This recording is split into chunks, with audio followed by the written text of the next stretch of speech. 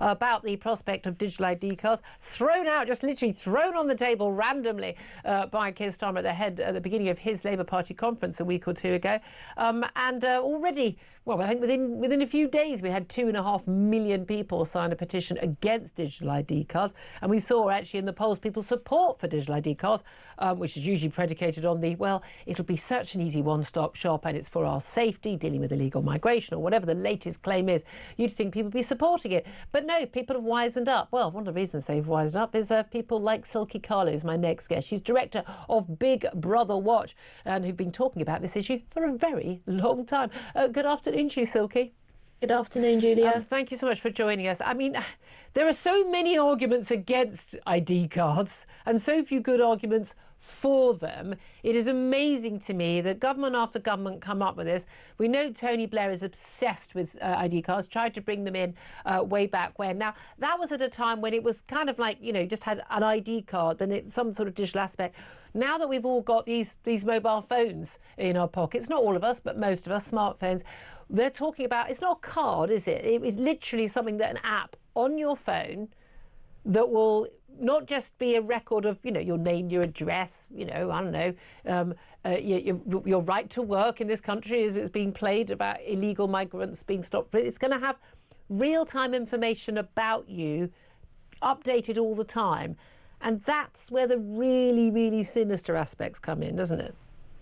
Well, the pretext that this has been sold on is a lie. It's been sold as this is something that will be mandatory for the right to work because that will curb illegal immigration.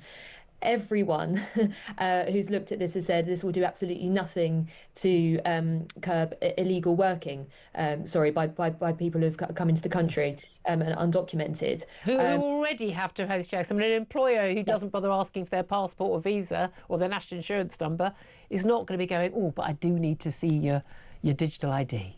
Exactly. So the pretext that this mandatory digital ID has been sold to the public on is a lie. And so people rightly are distrustful and asking, what will it really be used for? At the moment, what we know is that it will have basic information and your biometric information. So that's information as sensitive as what's on your passport, your facial biometric.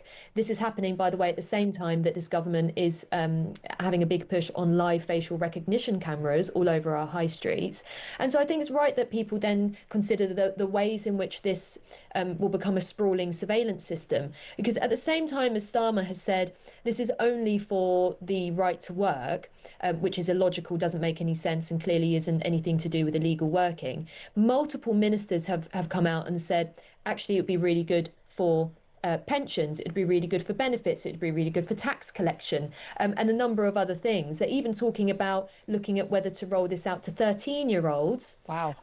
And in the government's own documentation, quite aside from the press release, I've got the government's explainer sheets, I've got the letter they sent around to parliamentarians. They're talking about private sector uses, about using digital ID to open private banks, about using it to prove your age in different scenarios, about the right to rent, basically your right to live. To take part at all in society. But they said, no, it's just about our safety. I mean, we've heard that before, haven't we, during COVID? But that's interesting, as the Prime Minister on this trip to India, after announcing these plans late last month, and saying, no, it's just about immigration. And he's now talking about how it can be used for tax collection, claiming benefits, booking childcare, even applying for your child's school. And there will be people, even people who've been I like to think far too sensible to believe this would be a good idea, who are listening to this right now going, oh, it would be useful, wouldn't it, not to have to provide lots of different bits of ID, and I could just provide this one thing and it's on my phone and I've got it with me all the time. Well, I mean, I've got a passport, I've got a driving licence, I've got credit cards, I've got I hand over all my information to X and to Facebook and TikTok every day anyway. What difference does this make? Why are you making such a big deal out of it, Silkie? Well, if it's useful and people want it, there's no need to make it mandatory, is there? And so this could be something that the government offers to people that you can volunteer into. But the risk is that it's mandatory. You have no choice. And already this is a system that is being paired with incredibly significant punishments. If you don't have Starmer's digital ID card, even though you've got a British passport, you were born here, a birth certificate and everything else, you won't be able to work. the next thing will be, by their own indications, what they're talking about in the small print, is the right to rent. So you basically won't be able to live in your own country unless you have a digital ID. So I think it's important. And actually, the word that Starmer has used on this India trip is calling it a passport, as in a passport in everyday life. So what I would say to people is, this isn't just about identifying yourself. I get that it's useful for us all to have something easy to identify yourself when you really need to.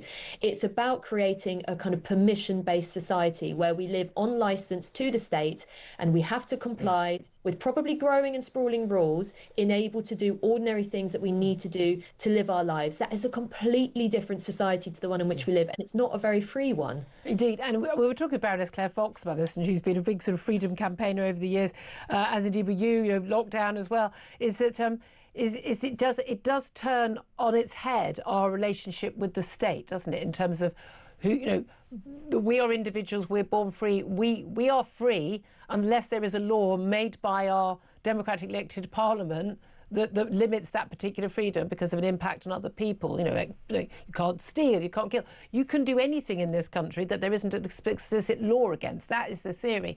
And it turns it on its head. Like, basically it means you can only do things that the government allows you to do. Yes, exactly. You can only do things that the government allows you to do, proven by this digital permit connected to your facial biometrics. You know, basically your face becomes a barcode, and then permissions are issued on this digital identifier. The other thing that's quite chilling is that Starmer has looked at India's sprawling digital ID system and said it's a massive success. He's clearly ill-informed about this.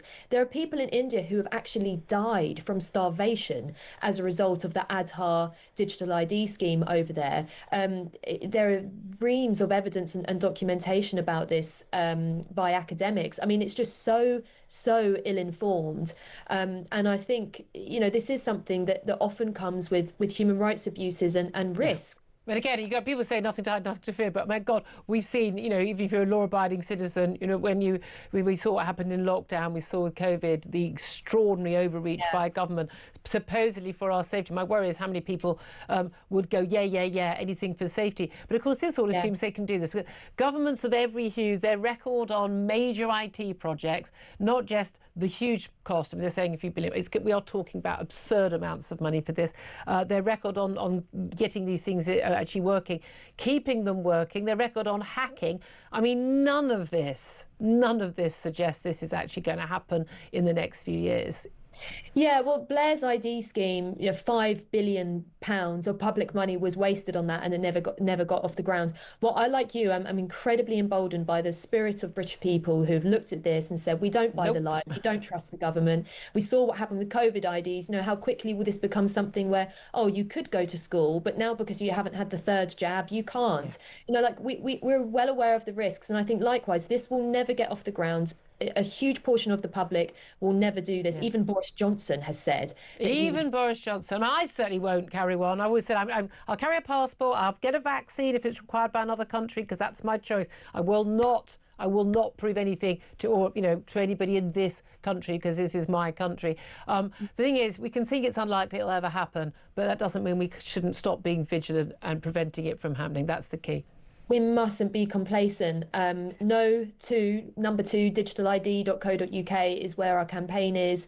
We have to fight this tooth and nail, because if it does get off the ground, this is the problem. If it does get off the ground, this is the kind of thing that's irreversible, and it will change the foundation of our society forever. So now is the time to put up the fight. 100%. Silkie Carlo, Director of Big Brother Watch, thank you so much, and thank you for keeping that fight going behind the scenes before this exploded in our faces again. Benedict Spence, brief word? It's a literal return to serfdom, where you need to seek the permission of effectively a lord. At least in the medieval period, you could meet your lord. Now it's simply an interface, which you might not even have access to. What's very egregious is the fact that the changing demographics and the changing nature of how people interact in this country, facilitated by governments, which has destroyed the trust and led to a massive insweep of illegal migration, is being used as justification to do this to us. Having trashed everything themselves, they create the problem. We're going to do this to you, and you're going to love it. And it's a no from me. 12:49 is the time. Take a quick break. Up